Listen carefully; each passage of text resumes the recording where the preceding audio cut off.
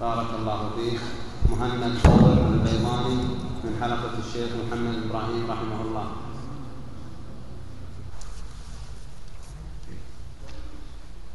أعوذ بالله من الشيطان الرجيم.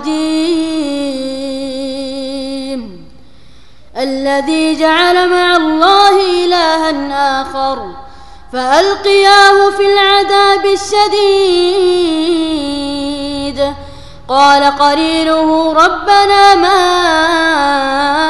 أطغيته ولكن كان في ضلال بعيد. قال لا تختصموا لدي وقد قدمت إليكم بالوعيد. ما يبدل القول لدي وما أنا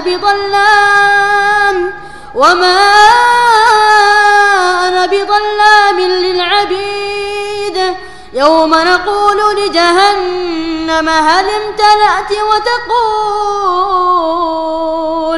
وتقول هل من مزيد. وأزلفت الجنة للمتقين غير بعيد. هذا ما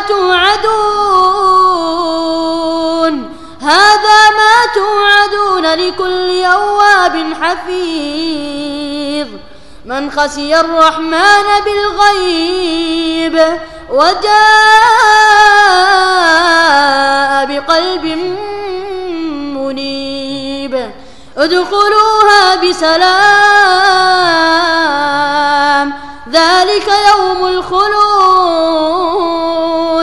لهم ما يشاءون فيها ولدينا مزيد.